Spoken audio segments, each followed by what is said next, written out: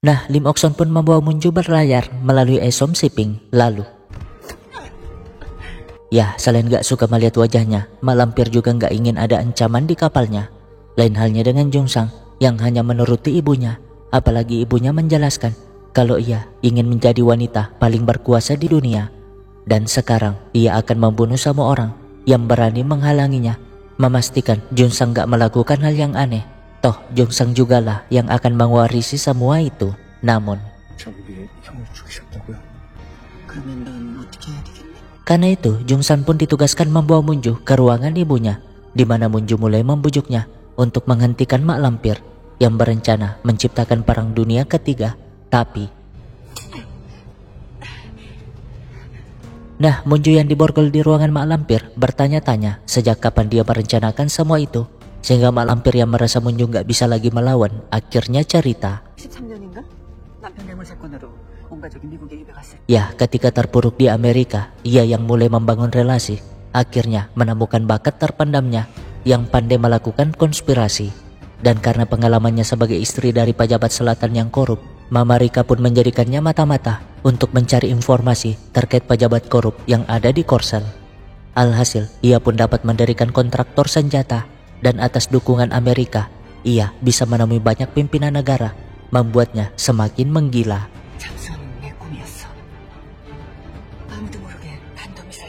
Di saat yang sama, Sanho tiba-tiba menabrak mobil si Burhan, dan dengan begitu ia menjadikan Burhan sandra biar presiden menemuinya, menjelaskan kalau bom itu akan meledak jika salah satu di antara mereka mati. Dan sebagai contoh, Sanho meledakkan rumah si Burhan yang gak jauh dari sana. Burhan yang takut kedoknya ketahuan menyuruh polisi menembak saja, tapi mereka gak ada yang berani karena presiden melarang. Toh presiden yang datang memberi waktu 1 menit kepada Sanho.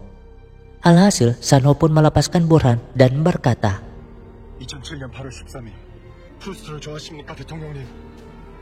lah, dikasih semenit kok, tapi Sanho malah ngomong gak jelas. Dan karena waktunya habis, presiden pun memerintahkan pasukannya untuk menangkap Sanho.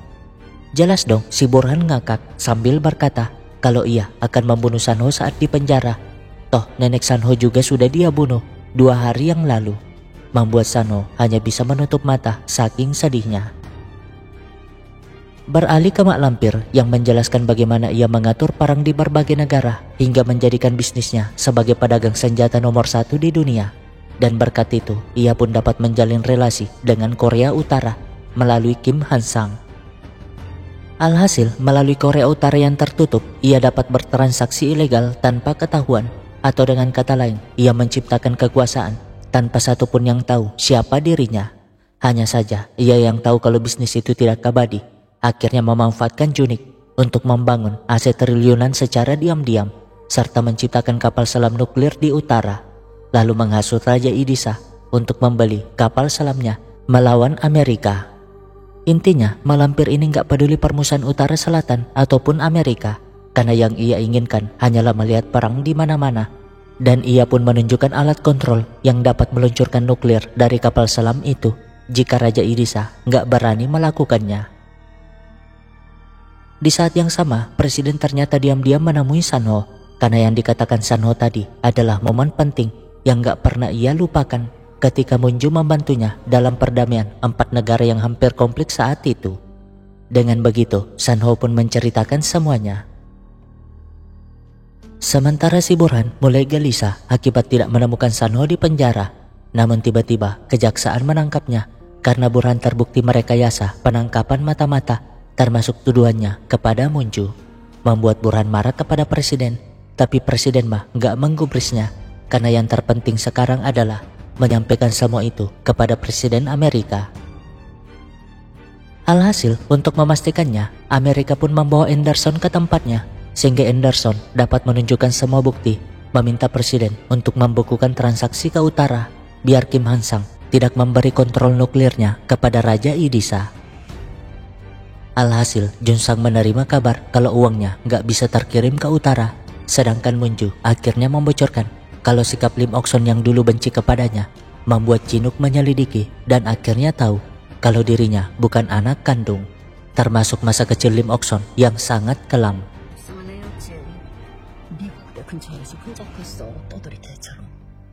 Ya, menurut neneknya Jinuk, Lim Okson ditelantarkan akibat ibunya kawin lari bersama prajurit Amerika, sehingga Lim harus kerja serabutan hingga mengurus anak demi melanjutkan hidup. Awalnya, si nenek mengira dia calon mantu yang baik, sehingga menjodohkannya dengan putranya. Tak menyangka kalau wanita itu memang gila, yang bahkan selalu melempar tank, saking bencinya kepada tentara, utamanya tentara Amerika yang merebut ibunya. Makanya sekarang Mak Lampir ini ingin menghancurkan Amerika sebagai bentuk balas dendamnya. Yang pasti ia akan menjadi penguasa dari balik layar. Tapi ya, ketika Munju membujuknya tadi, Junsang diam-diam membisikkan agar Munju bersiap saat tengah malam. Atau dengan kata lain, sejak awal Junsang adalah jaksa jujur yang ingin menangkap mata-mata. Jadi saat Munju mengirimnya ke Jerman, ia diam-diam menyelidiki semuanya. Mulai dari pistol yang membunuh kakaknya sampai rekaman suara di mana saat Junik dibunuh, ibunya kedengaran nangis, lalu menerima telepon yang menyatakan pembunuhan itu berhasil. Tentu saja Mak Lampir ini terkejut, tapi ia segera menyuruh anggotanya masuk menangkap kedua orang ini. Namun Junsang memanfaatkan kesempatan itu untuk melepas borgol Munju lalu mengajaknya kabur. Di saat yang sama, atas perintah presiden, militer laut sudah mengepung kapal tersebut, tapi pasukan Mak Lampir nggak tinggal diam.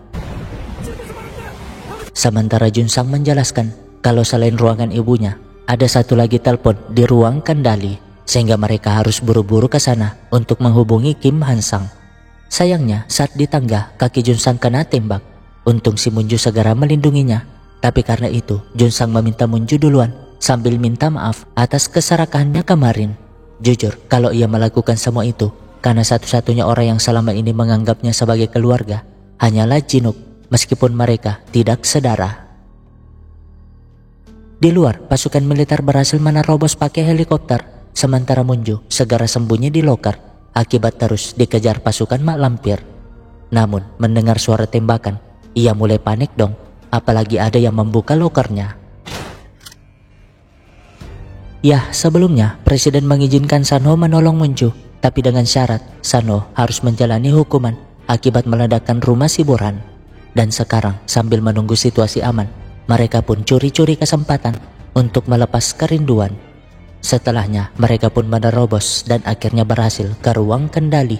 Tapi masalahnya Mak Lampir ini menyetel sesuatu di ruangannya yang nampak seperti sebuah bom. Gak berapa lama panggilannya pun tersambung ke Kim Hansang, di mana Munju menjelaskan semuanya, memintanya untuk menarik kapal selam itu. Tapi masalahnya si Kim baru bisa menghubungi kapal selam dalam sejam, dan ia juga baru tahu kalau Mak Lampir itu memegang kontrol nuklirnya. Artinya nuklir akan meluncur jika Mak Lampir itu mati. Alhasil mereka gak ada pilihan selain mengejarnya, karena sekarang Mak Lampir ingin kabur pakai helikopter. Sanoshi berhasil melumpuhkan yang dibawa, sementara Munju hanya ngancam pakai pistol. Kan musuhnya langsung membalikkan keadaan, membuat Munju hampir tewas. Untungnya Sanho segera menolongnya. Masalahnya Mak Lampir sudah memasukkan kode akses, sehingga kapal selam yang hampir sampai ke Idisa sudah dalam siap mode tembak. Artinya Mak Lampir tinggal nekan tombolnya, maka perang pun akan dimulai. Namun ya, Sanho dan Munju segera merebut koper itu, membuat Mak Lampir gak ada pilihan selain menodongkan senjata kepalanya sendiri, sambil menjelaskan kalau nuklirnya akan meluncur 10 menit setelah dirinya mati. Dan satu-satunya cara untuk membatalkannya hanya dengan memasukkan kode akses yang ia buang ke laut itu. Lalu jelas dong, mereka segera ke ruangan Mak Lampir tadi. Dan gak berapa lama mereka pun menemukan tempat kode aksesnya. Tapi menyadari hal yang aneh, Sanho pun meminta Munju menghubungi utara, sedangkan dirinya masuk ke ruangan itu dengan hati-hati. Nah, utara yang gak punya kode segera menyambungkan Munju dengan Raja Idisa. Untung Raja Idisa sadar telah dimanfaatkan, sehingga ia pun memberi kodenya. Dengan begitu nuklir pun gak jadi meluncur. Tapi gak berapa lama, waktu itu malah ngeset di 10 menit kembali. Munju pun ingin memeriksanya, tapi Sanho malah menutup dan mengunci pintu sambil menjelaskan kalau ada bom pegas di sana yang akan meledak jika ia meninggalkan ruangan tersebut.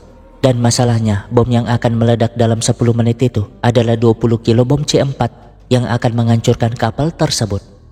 Tentu saja Munju nggak mau pergi. Setidaknya ia punya waktu 10 menit bersama Sanho untuk terakhir kalinya. Tapi Sanho menyadarkannya kalau banyak nyawa yang harus diselamatkan di luar. Lagian Munju juga dapat meminta bantuan tim Gegana agar ia bisa menjinakkan bomnya lebih cepat. Merasa itu masuk akal, Munju pun buru-buru keluar dan menjelaskan tentang bom tersebut. Tapi saat ingin kembali, mereka malah menahannya karena sebenarnya tuh Sanho sejak tadi berkomunikasi dengan komandan itu. Ya, Sanho terpaksa membohonginya, menyuruhnya terus melangkah karena ia dapat melihatnya dari sana. Membuat Munju akhirnya pasrah, tapi nggak melepaskan pandangannya dari kapal itu. Lalu singkatnya, Raja Idisa, Amerika, Utara dan Selatan akhirnya setuju untuk berdamai, di mana Amerika menarik semua pasukannya dari Idisa. Sementara Munju terpaksa dilengsarkan dari pencalonan akibat skandal hubungannya dengan Sanho yang dinilai sebagai mata-mata utara. Ya, hanya segelintir orang yang tahu pengorbanan Sanho. Yang pasti Munju membenarkan skandalnya tersebut, tapi setelahnya, Presiden pun mengutus Munju untuk memediasi Utara dan Idisa dalam pembongkaran kapal selam itu. Sehingga Munju pun akhirnya dapat bertemu dengan si Anderson. Beberapa bulan kemudian, Wati yang sudah pulih meminta Munju mencalonkan lagi sebagai presiden.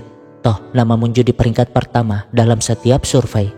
Namun Munju tetap menolak karena tujuannya maju sebagai presiden kemarin hanya untuk menggagalkan perang dan mencari tahu dalam kematian suaminya.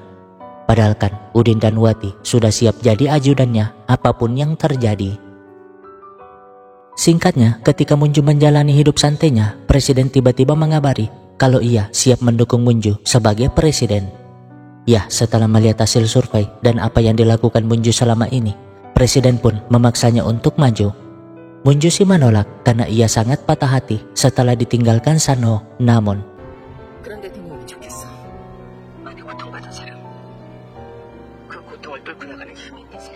alhasil, karena teringat impian Sanho yang ingin Utara Selatan berdamai, Munju pun akhirnya memutuskan untuk mencalonkan diri dan tamat.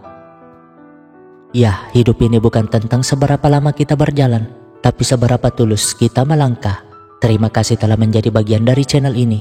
Jika nanti langkah kita harus terpisah, izinkan kenangan ini tetap tinggal di hati sebagai bukti bahwa kita pernah ada dan pernah bersama. Sekian dari Mimin dan terima kasih.